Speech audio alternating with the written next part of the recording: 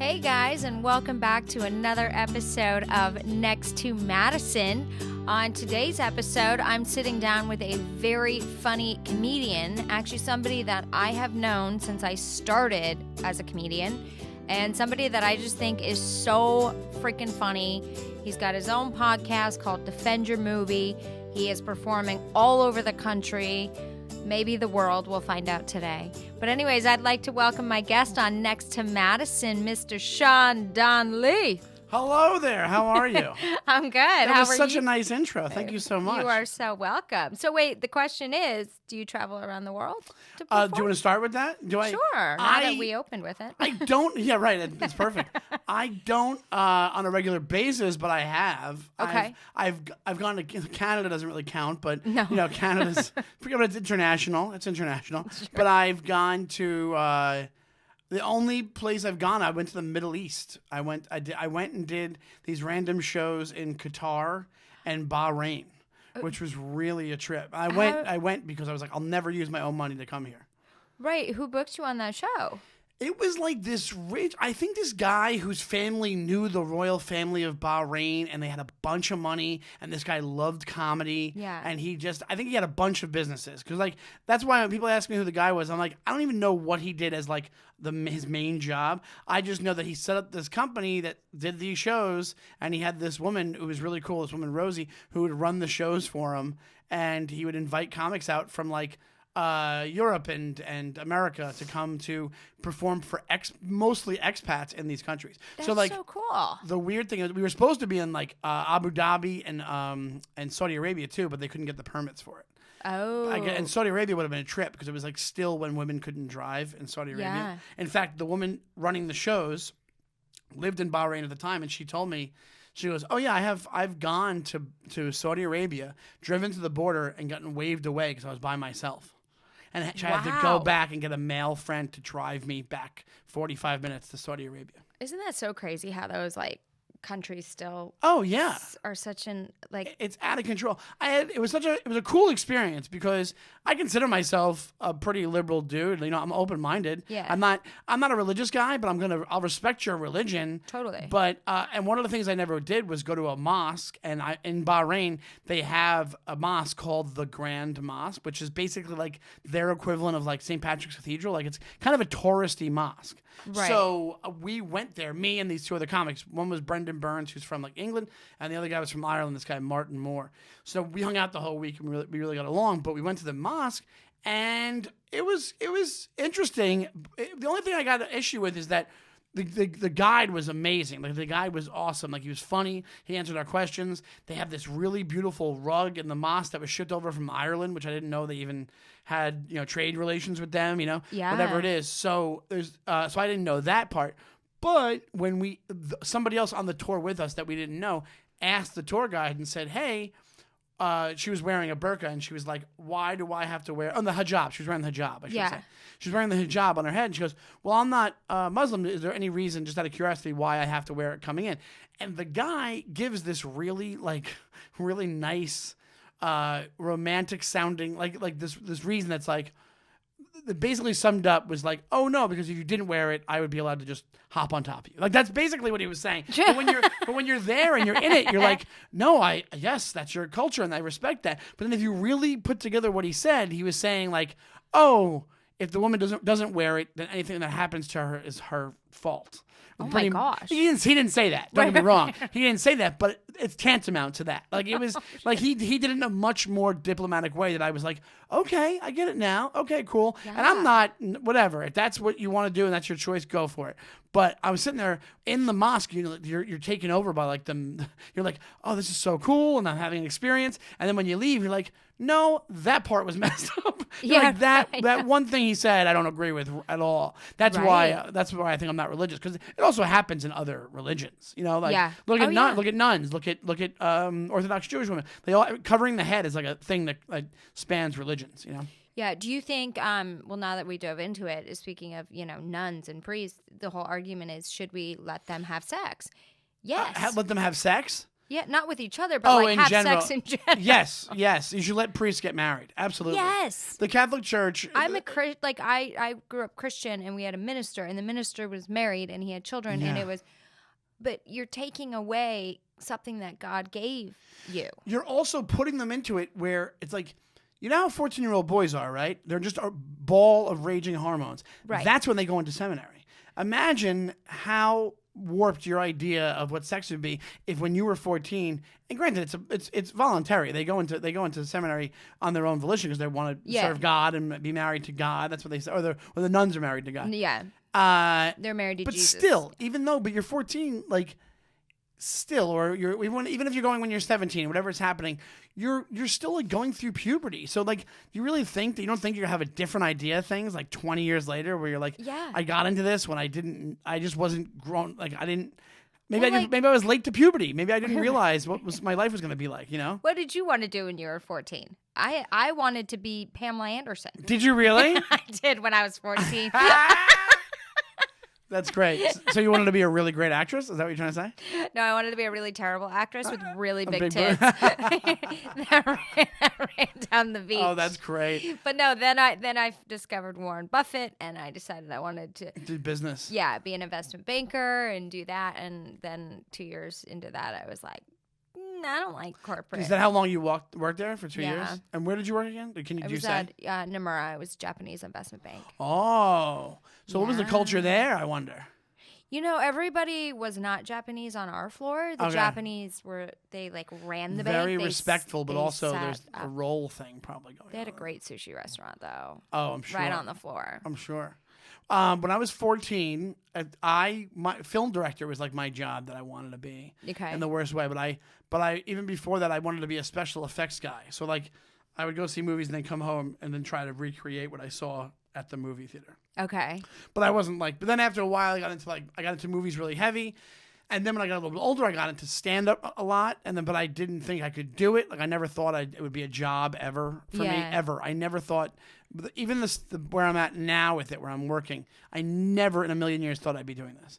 Because I didn't, the way I grew up, not that I'm from some steel mill town or something. I'm from Long Island, but I mean but the way that it was I knew it was a job, but I didn't think it was a job that I could attain. Like I just didn't think that I had the talent or the drive. Because when you're watching comedy, when you're a kid, you're watching all professional comedy, and until you get into it, you don't really realize there's steps to this and levels. It's freaking hard. It's really hard, but it's also a thing that's everybody was bad at one point, and So even when I first started, I was doing it.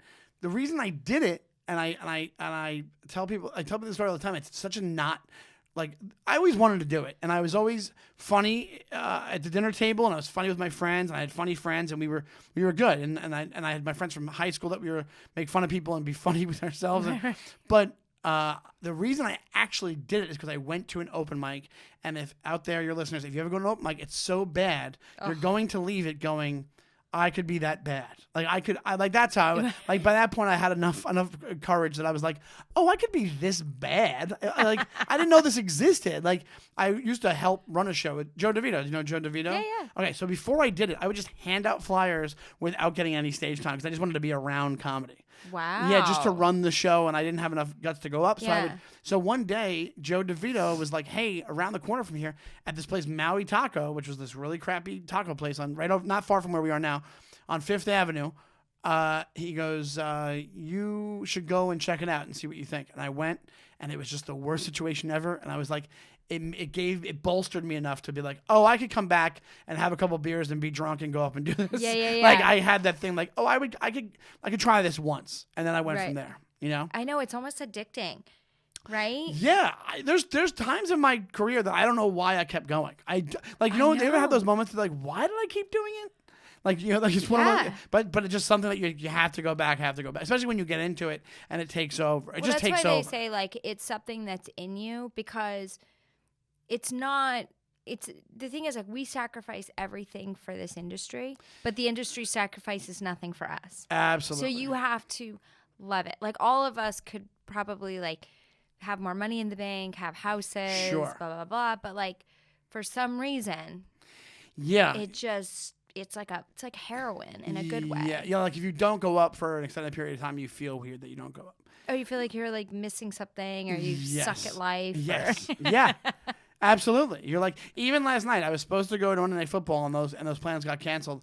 And I was like, all right. And I had no spots. And I was like, all right, I'll go to these 2 open mics that are going on. Like, I was just like, I want, and it was a blast. And it was a lot of fun. Yeah. Because I'm like, because I was like, oh, I wasn't expecting to do this, and I haven't been in an open mic in a while, and right. Whatever it is. So it's one of those things that, yeah, you're right. It becomes part of you. When you're not doing it, you miss it, but you do sacrifice a lot for it. Yeah. You sacrifice, and you're right. The industry, the way I think of it is this. I think stand-up is its own thing. Yeah. So I think that what people don't realize is like, show business, stand-up. No. Stand-up is part of show business, but show business is its own thing. So you could have somebody who's amazing at show business, but terrible at stand-up. Do you know what I mean? Like, you could have somebody who's like charismatic and... Like Pamela Anderson. Like Pamela Anderson, exactly. I'm sure she's a horrible stand-up, yeah. I've seen her hour, it stinks. But no. But you know what I mean? So it's like... I think of it like there's a different set of rules. I think if there's a different set of etiquette. Show business is like, hey, every man's for himself, and you're just trying to get ahead, and you're doing the thing. Stand up has there's a weird like street smart like street sense set of rules to stand up where it's like you don't steal jokes, you don't wear shorts on stage, you don't do there's it's a grittier thing I think than show businesses. You know what is I was at a club this past weekend and I realized that one of the guys that was there, I'm sure I can mention it. I was at Gotham Comedy Club. And remember Ed, the manager there? Okay. So it was his last night. He left. I was really sad. So I said, when I was saying goodbye to him, he said, you know, I've known him since like pretty much my first time. And he said to me, you know, I really appreciate how you've worked your way up on your own in this business and, you know, never tried to come after me. And I'm like, what? Come after? Yeah, and I go, what do you mean? And he goes, you know, like, try to sleep with me for spots. And I'm like, what? That's what I said. So this is what I want to ask you. Has anyone ever come up to you and said, hey, I'll suck your dick for a spot? No, never, ever. No, and nobody did it to Ed either. Let's be honest. A nice guy, but nobody ever tried to suck Ed's dick for a spot at Gotham. It's not worth it. Ed, if you're listening to this, you're a nice dude, but nobody did that. You had a couple beers. Is he a single guy? Is that what it is? Is he married? I don't know. Yeah. Oh my God. Yeah, but no, that's not happening. Unless I'm totally. And also, I was married for a while, so I was out of the thing. But no, but I've seen it. Like come on, and I'm not. Hey, I know there are men and women who do try to offer sexual favors to advance certain. But I think we're at a stage now, like maybe the old regime, like people were doing that. Like I've heard, I won't say the guy's name. Actually, forget the guy's name. There's some guy who was like a bringer show producer that get corners girls in his car and stuff. I forget his name, but oh shit. But and then he's giving them ultimatums about doing spots in the show. Hey, if you jerk me off, I'll give you a spot on the show. But it's something that's totally not worth it. It's like you're on your crappy bringer show. Like who cares? Right. You have no hand right now. I always thought, like, you hear about it all the time, and I've never, like, you know, banged my way up a corporate ladder, but it's always like, how does that even work? No, I think don't get me wrong. I think it happens. I think, you mean, as far as comedy goes, how would it happen? Yeah. It happens where it's like, I think that there's guys that ask women to open for them and then try to, put the moves on them when they're opening for them, which I think is the worst thing.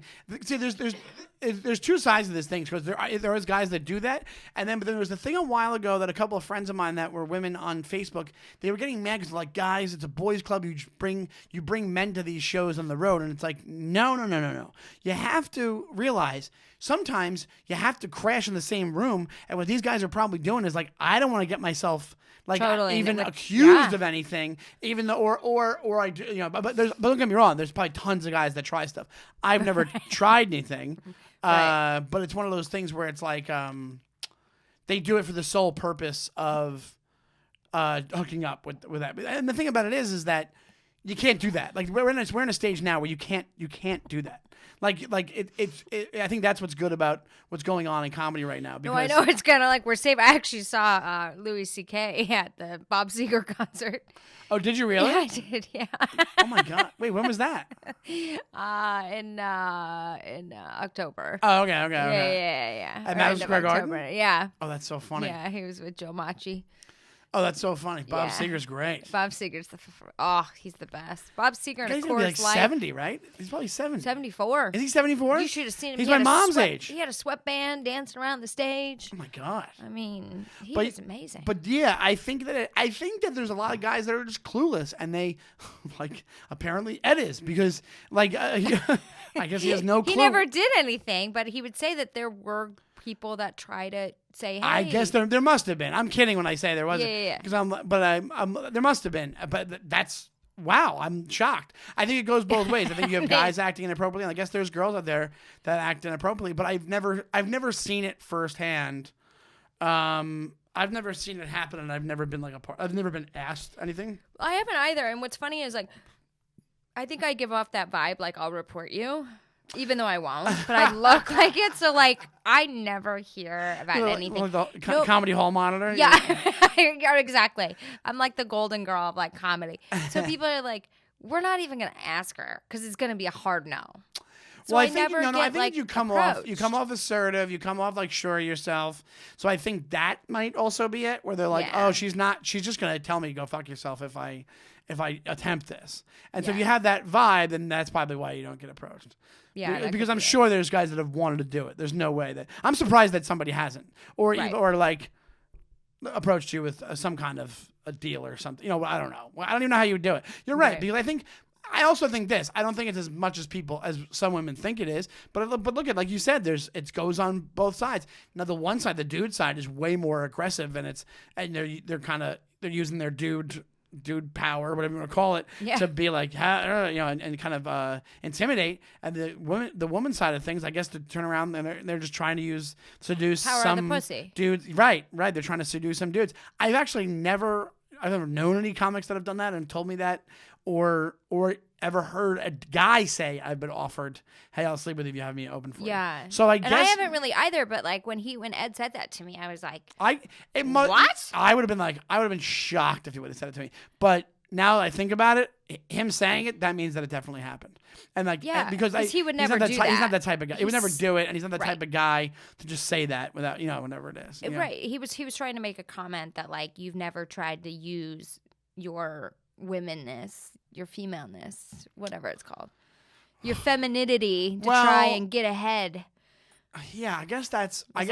So if he's saying that, that's actually more interesting. If that's what he said. If he said you never propositioned me, that's straight up. But if he's saying you never used your womanness, that could be him misreading a lot of situations. Not that I'm saying he's not being flirted with. No, meaning like you never offered to sleep with me. Right, okay. Yeah. Oh, so actually, blatantly saying like, okay. Yeah. And I don't think that's happening that much. I got to be honest. I could be. Maybe I'm totally ignorant on this topic, but I don't. I don't know of it either, but I know it happens. It's just I know that nobody tells me. I think if anything, I think if you might have some women that are like, I'll get away with this because either it'll happen and I'll just get the spot, or the guy's not going to say anything. I don't think they're thinking. I would rather pay somebody. But if a guy did it now, if a guy was like, hey, you can open for me if you sleep with me, it would be on Facebook the next day. Now the way it is now, which is good, but it's bad to happen both ways. But the guy side of things was happening way more, where some guys just. I think you have to have sisters. Like somebody else has said this before. Okay. Some guys just don't know how to act around women. Like some guys just don't know how to talk to them or how to be friends with women. And I have two sisters, and I think that's why I'm so foreign to like the idea of like you can't talk to women without being a fucking creep. You know what I mean? Yeah. So it's exactly. Like, and not that I'm saying I'm a saint. I have I have sex drive. I'm a normal person, but I'm just saying that. I'm more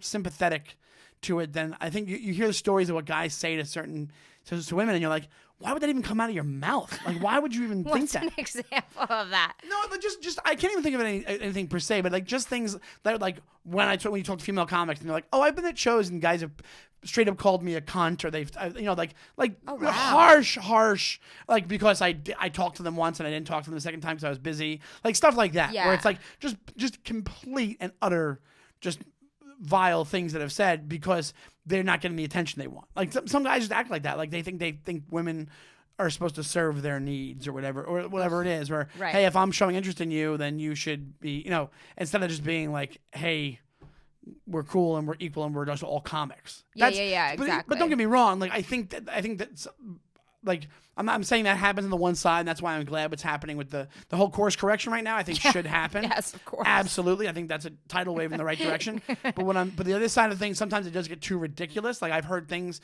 other stories I won't say, but I mean like other things that like, well, that's just silly. This guy, like guys saying something and then it get misconstrued as something else. So I think it happens on both sides of things. I think it can be too crazy with the whole idea of like you're harassing me when it's like there's no harassment, and then the other side where it's like, oh, you're just being a piece of shit. You know what I'm saying? Like, exactly. There's a happy middle where it's like you identify it as like this is just normal behavior. Right. And so you were married for a while. So you're recently kind of back into this dating. I'm back into dating, but I gotta say, yeah. I'm sorry, I interrupted you. Go ahead. No. So as far as like it's changed because not that you've ever been that way, but like the whole landscape is different. Yes. The whole landscape is completely different. Because you got married in when? The 90s? No. Yeah, I'm 75 years old. I'm 60 years old. I got married when Clinton was in office. No, I got married when I was 33. So we were together for like 10 years total, Okay. but we married for like six years or whatever it was. Okay. So but that was in the 2000s, in this millennia. This wasn't. I didn't have a. The 90s doesn't feel that far away. We used rings. We didn't use snap bracelets for our. We didn't have pogs at our wedding. Oh, do you remember Pogs? Remember pogs? Pog, yes, I do. They're back in elf form. That's from The Simpsons. Oh, they are? No, I'm kidding. That's one of the Simpsons lines. Milhouse goes to Bart. He goes, "Hey Bart, remember Pogs? They're back in elf form." And it's just a Pog with Elf's picture on it. You have to like The Simpsons to get what I'm saying. Anyway, so yes, it's completely different. You're single as well, right? Do you talk about it on the podcast? What and when was the last time you dated somebody? If I can ask you that. It's been a long time, but I also, honestly, I need to looking. I have to go to therapy because all my single girlfriends are like, I can't wait to meet the love of my life. And you don't care. And I'm like, don't give a, just don't, not even, nothing. Do you have a fear of intimacy? Nothing. I don't know if that's like maybe an underlying subconscious issue. Did you go to therapy already or no? I go. Yeah, like I started to, but I'm kind of like, why don't I want the things that a normal person should want? My opinion of that is you don't need. That's I think people think, oh, why don't I want my friends want?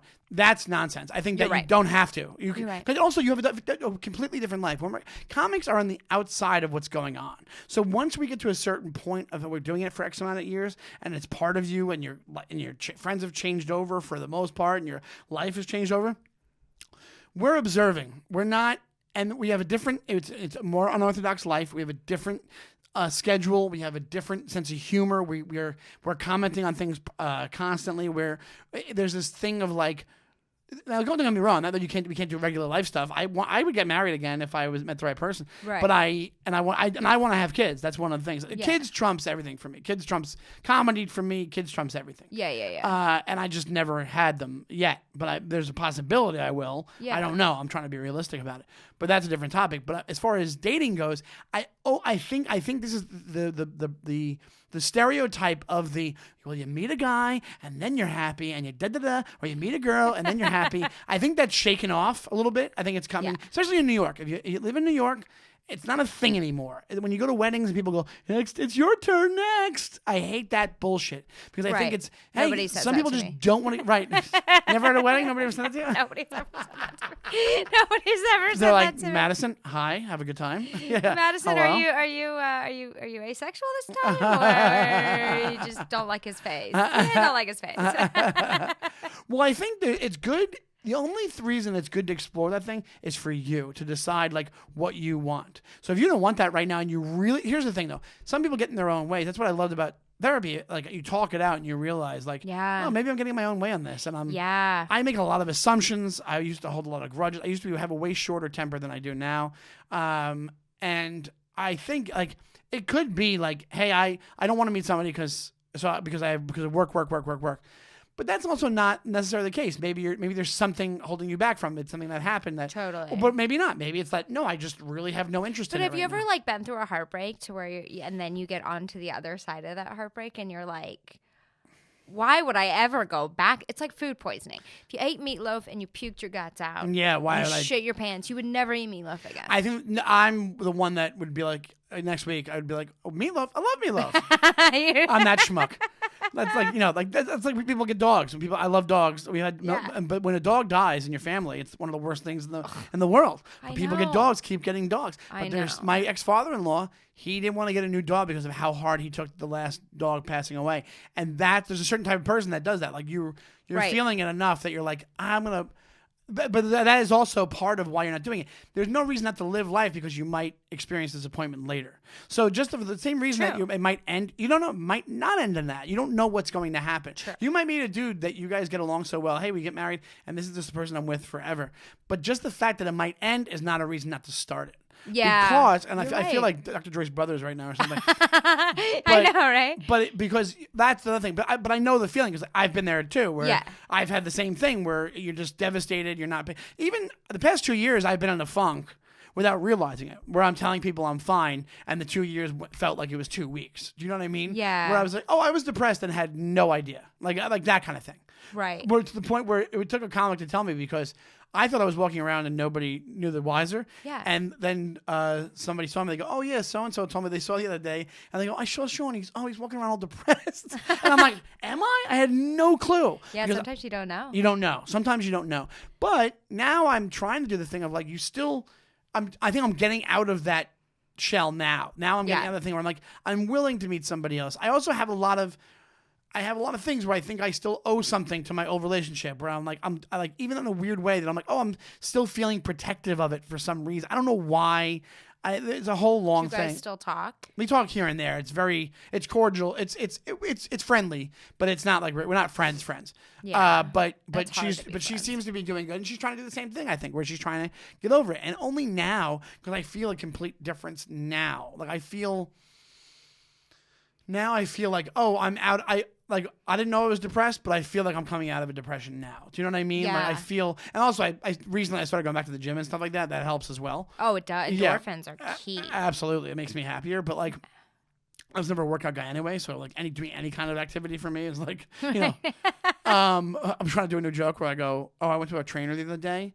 And after the workout, I was like, that was a great workout. And he's like, that was the stretching. That was even stretching. I'm like, I can't even do that, I remember when you were married, you obviously you probably don't do this joke anymore, but I loved it. Well, I don't write much, so I probably do. Yeah. The joke where you were talking about where your wife was, you were like, oh, you were trying to have sex with your wife, and she was like, I don't have time. And you were like, yes. Do you still do No. I love that on the road joke. Sometimes, yeah. Can you do that joke right now? Do you want me to do it? Yes, I love that joke. Well, if you're not doing it, this is where people can hear it. Yes, I used to have a joke about sometimes sex can slow down in a marriage, and it sucks. But but my wife is terrible at giving me excuses about why she doesn't want to have sex with me. Like the other day, I wanted to have sex, and my wife was like, I can't. I have to wake up early tomorrow. And I was like, 6 minutes? You can't spare 6 minutes for this? What about this body makes you think you're waking up at noon tomorrow? I'm like, this isn't good sex. This is I said, this is white bread, whatever I said, white bread, graham cracker sex. Yeah, right. I go, this isn't, the last line is, I go, this isn't Angela's Ashes. I go, this isn't, 50 Shades of Grey. This is Angela's Ashes type sex. Right. I fucked it up, but that's the line. You can't spare 6 minutes. 6 minutes. You cannot spare for that. And then you had the bath mat. Bath mat. I don't do that anymore. Bath mat get wet. I don't do that anymore. That was an old joke. Yeah. Yeah. Bath mats aren't supposed to get wet. I found that out when I started living with my wife. Stuff like that. Yeah. I had a lot of marriage stuff. Now I have a lot of. It was tough being married because this it was just past tense marriage stuff. Yeah, right. But when it comes to what we were saying, so I think that I don't know. I think you have to find out what because I'll tell you like your original question. I don't know what you feel about dating. Because you've been dating this whole time. It's like, it has changed. It really is not, like, the apps are not doing anybody any good. I think they all need to be abolished. Yeah. I don't go on them much anymore. They've made me rude.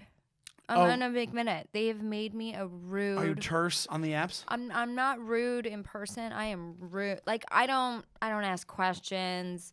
I don't give a shit. I just don't give a shit. You don't care. I don't care. So, but when if you meet somebody in person, do you ever care, or you don't care even then? Like, if I meet them organically, yeah, of course, yeah, okay, because that's how I think it's supposed to happen. And I still have this faith where I'm like, if God wants me to be married, that person's just gonna pop right on my lap, literally out of the sky, like hit me like a piece of bird shit. Yeah, you just gotta live your life, and then whatever happens, happens. Right. But if you have the idea, but what you said before, like, you're kind of setting up a thing where you're not letting that into your life. So you have to. If God wants you to get, so you're religious then. Are you religious? Well, I'm not like I believe you in grew up God religious. and all that, but I don't believe in, like, specific religion is right or wrong. None of that. But, like, I would say I believe in God. I believe we're all the same. Okay. Yeah. So, what I would say though, but if you're sitting there, if you're turning around going, "Hey, why would I want to get into this again?" I guess that would be considered like not fear of intimacy, but a fear of commitment, where it's like, why am I getting why am I involved in this if it's just going to end badly? And the fact of the matter is, it doesn't necessarily mean it's going to end badly. It might end. To be honest, my marriage, even though it was tough when it ended, but it was amicable. Like, I still love my ex-wife. Like, I love her as, like, I love her. Do you think you doing comedy might have had something to do with? Now, it's funny because when the relationship was finishing up, she said, you can't blame comedy. That's not the reason this is ending. Now, I don't blame comedy exclusively, but there's no way it didn't have something to do with it. Well, you're out at night. We saw each other, home. by the end, the last 2 years, we saw each other 10 minutes a day. Oh. So, and then, that's why it was like this thing. There has to be a healthy amount of time that you see the person that you're dating, or it's just going to fizzle out. I think I even said, I was like, I'll take a break. We'll figure it out. And she's like, no, I don't want you to do that. She was always very supportive of the comedy thing because she's an actress. She knew you loved it. And she knew I loved it. And she's also in the arts, and she knew I loved it. But the thing of this, I got to a point where now I was like, yeah, but I also love my wife. I loved my wife. So I was like, I would have given it more of a chance with that, but it still wouldn't have worked out. There was just in our situation, what happened should have happened. Yeah. And I realized that, and I realized that pretty much as we were talking. I realized that, and but when it comes to comedy, I am going to blame comedy a little bit. It's because of the time thing, and because the busier. Like, when we met, the one thing I will say is this: that's why I'm afraid of meeting girls now, because you meet people after a show, you meet people who know who you are a little bit from comedy.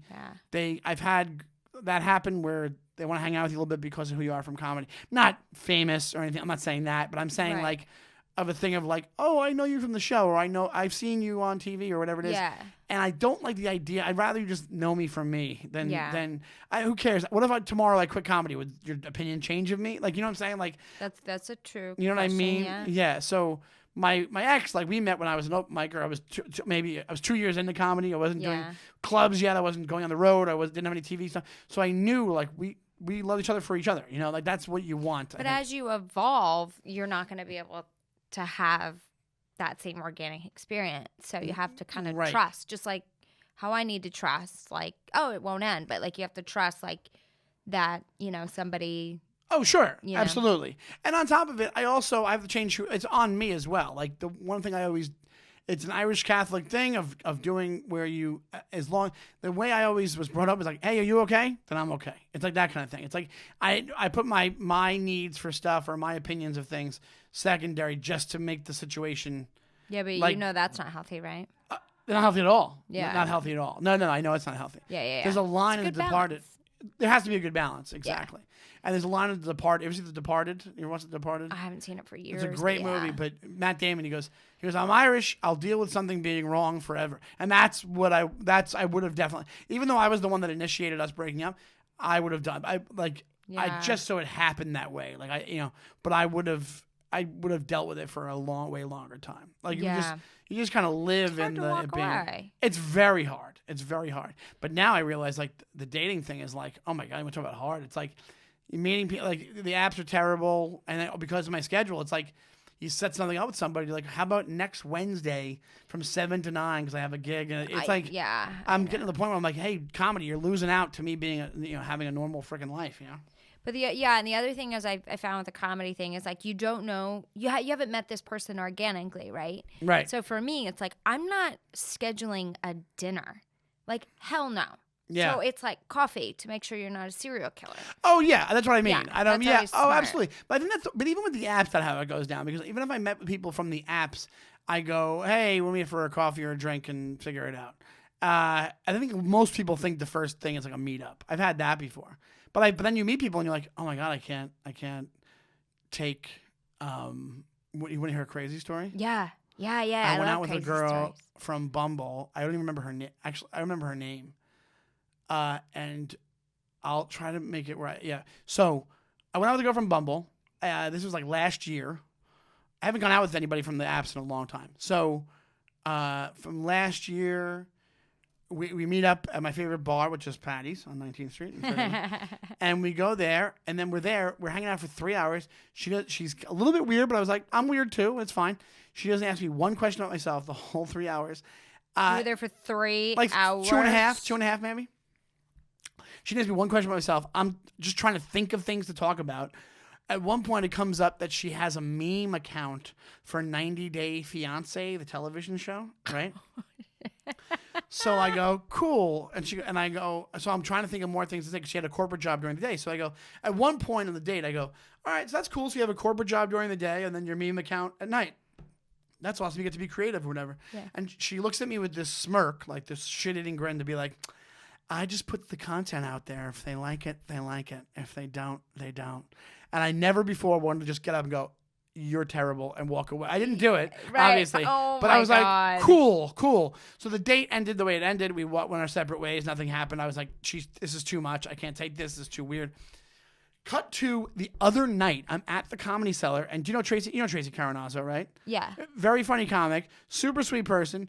Who does the 90 Day Fiancé podcast, right? Exactly. That's what, so now you can see where this is going. She brings up the podcast. She goes, do you watch the show? I'll have you on my podcast. And I go, no, I don't watch the show. And she goes, oh, yeah. I go, but I did. And I told her the whole story about this girl. And she goes, yeah, those fans can be crazy. In fact, the show puts out a memo of people that you shouldn't meet up with because of how much they are crazy about the cast members of the show. And they go, she goes, this one girl, and she says her Instagram name, and she goes, this one girl accused 2 of the cast members of rape. And it was the girl that I went out with. It was that girl. Shit. Isn't that insane? Isn't that crazy? Oh. That was the girl that I went to Patty's with. I go, out of nowhere, I freaked out. I go, that's the girl. I go, that's her Instagram name. That's her. Oh, and she goes, the show, the production company tells the cast members, stay away from these X amount of people. And she's one of them. Isn't that amazing what is that show even about? I think 90 days to get married. I think you meet each other for 90 days and you make a deal that you're going to get married. I think it's like, but I think it's turned into this weird thing. It's like a cult almost.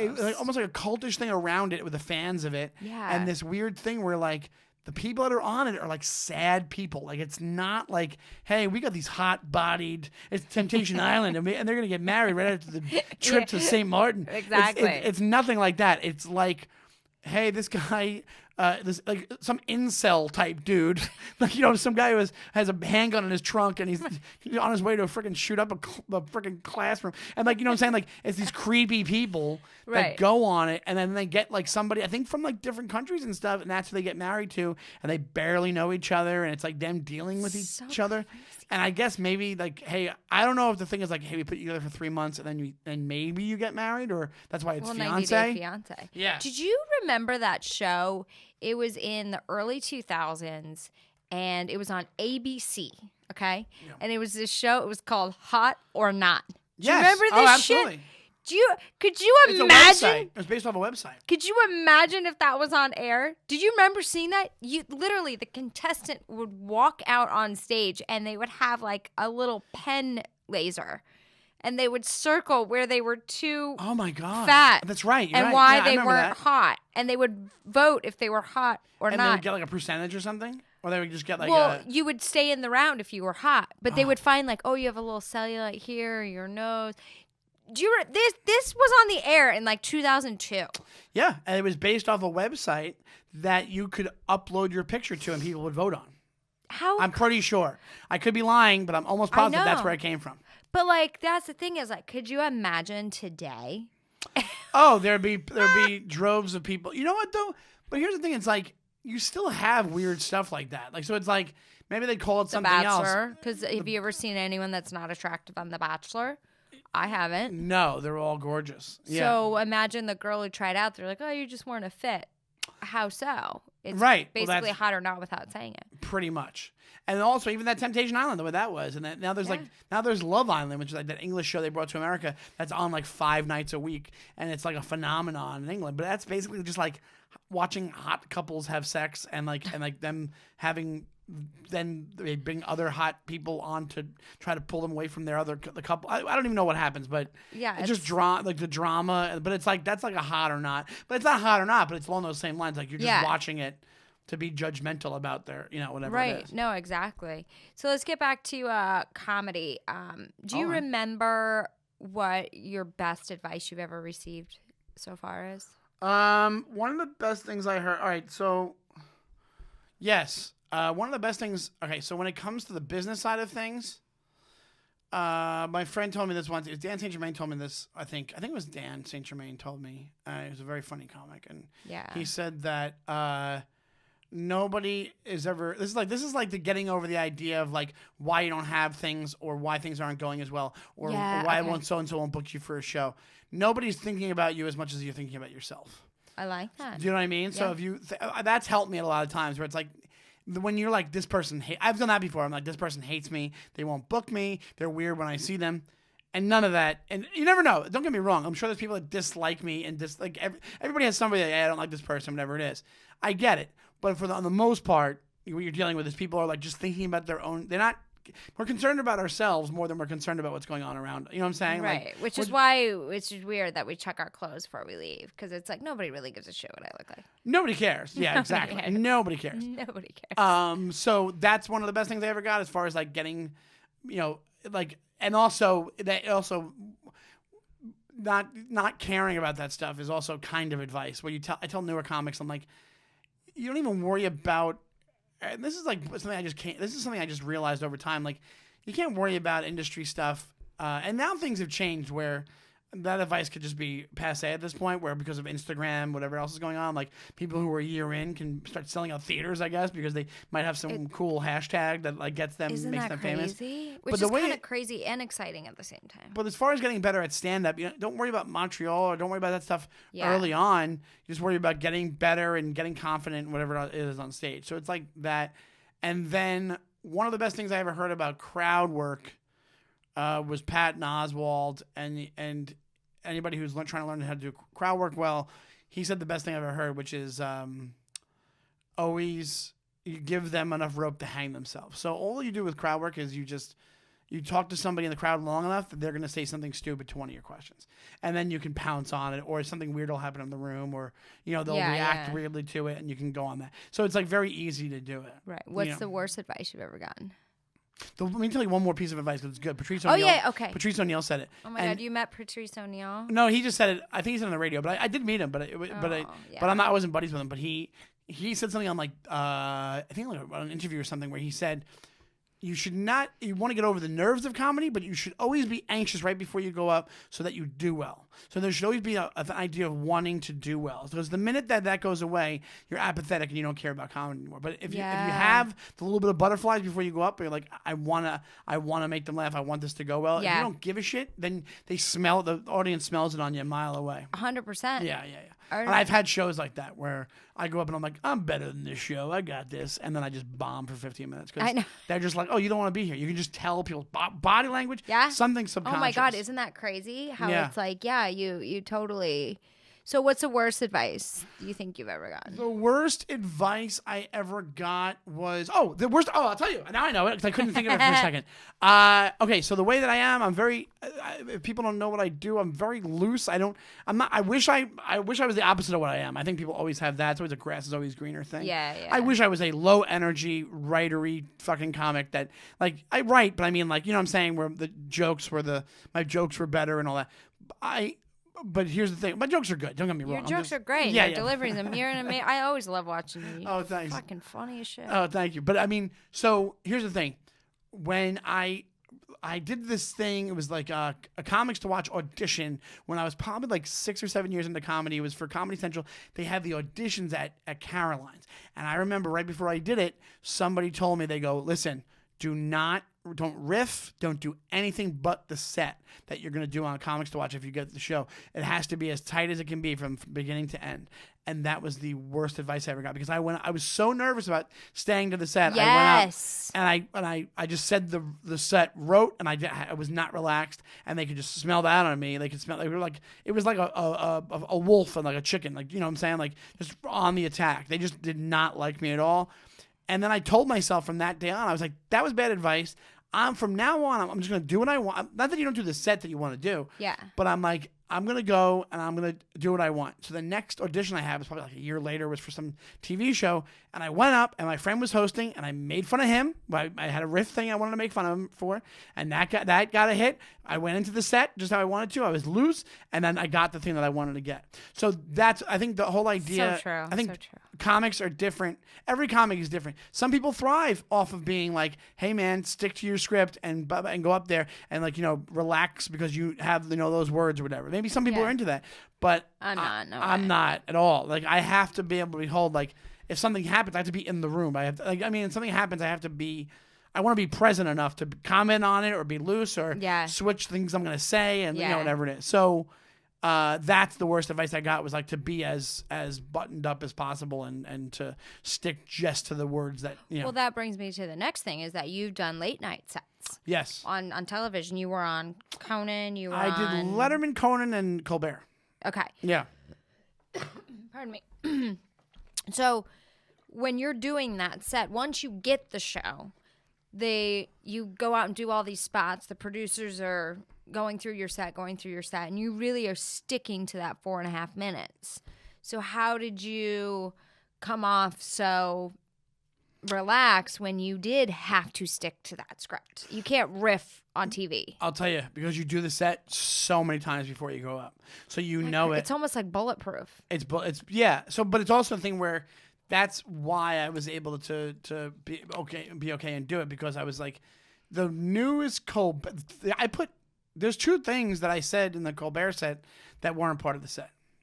So when I went out, the opening line I thought it'd be funny to do the same opening line I did on Conan, but just change one of the words. Yeah. So I did that. I did like a quick joke about looking like I'm here to fix the lights. But I was like, I think it'd be funny to open every, like if I can stick to it every late night I do. That joke's hilarious. Yeah, but I'm like, so it's like, but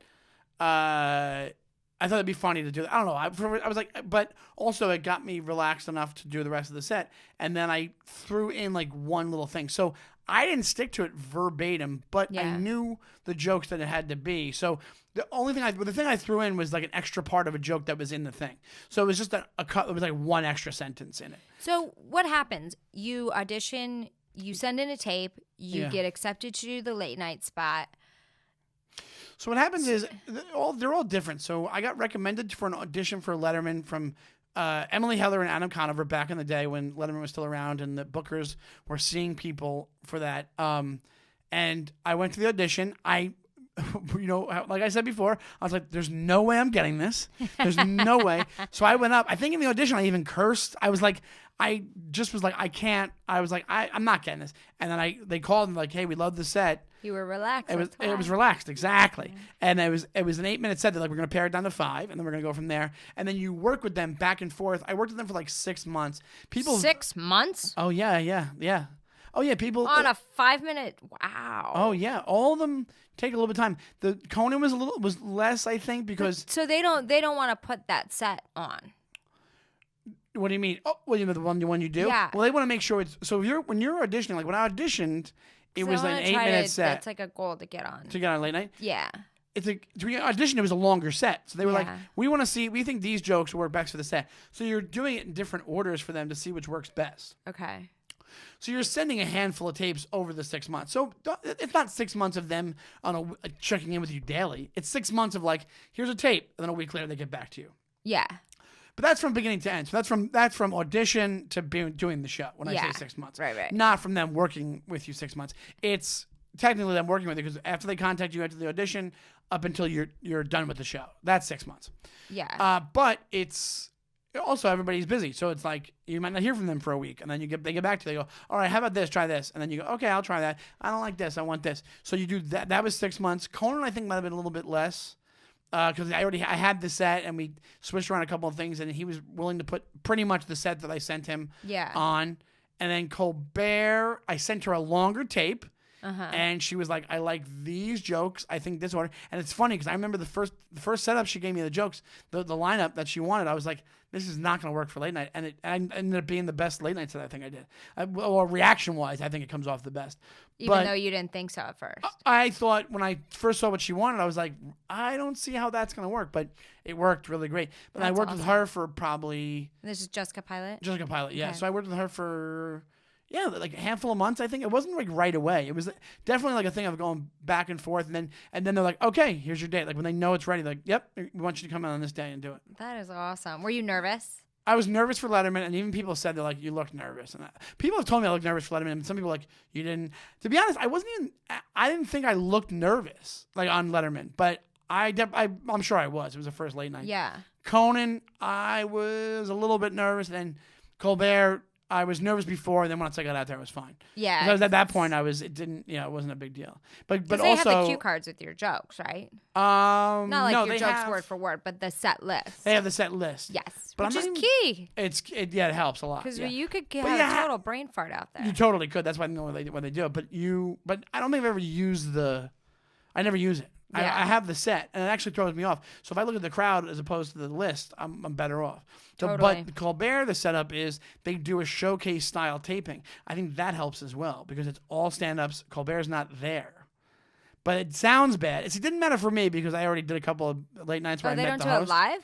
They don't do it live. I don't know. Maybe they do now. But when I did it, they didn't do it live. They had I think it was like 8 stand-ups and a host.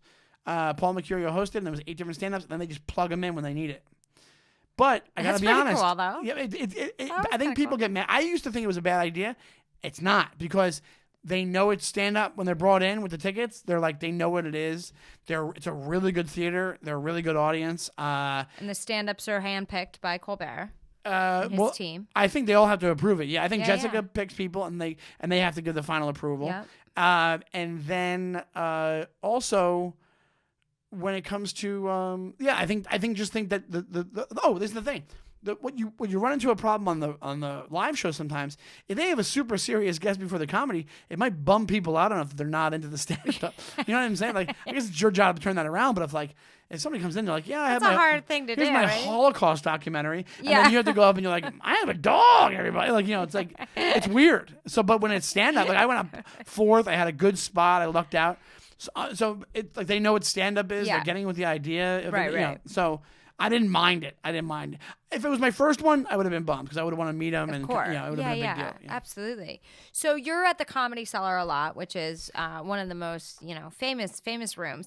And there's always that famous table. And you can only sit at the table if you're on the show. Yes. The comics table. And the comics table has got to have some of the greatest conversations. I mean, are there any stories of that? Because like people that sit at this table, for those of you who aren't comedians or aren't in New York, it's Amy Schumer, it's Chappelle, it's it's the famous of the famous. Yeah. So I think I can't think of any one conversation. I'm sorry to disappoint, but it's like it's not any one, but it's like anything and everything is talked about there.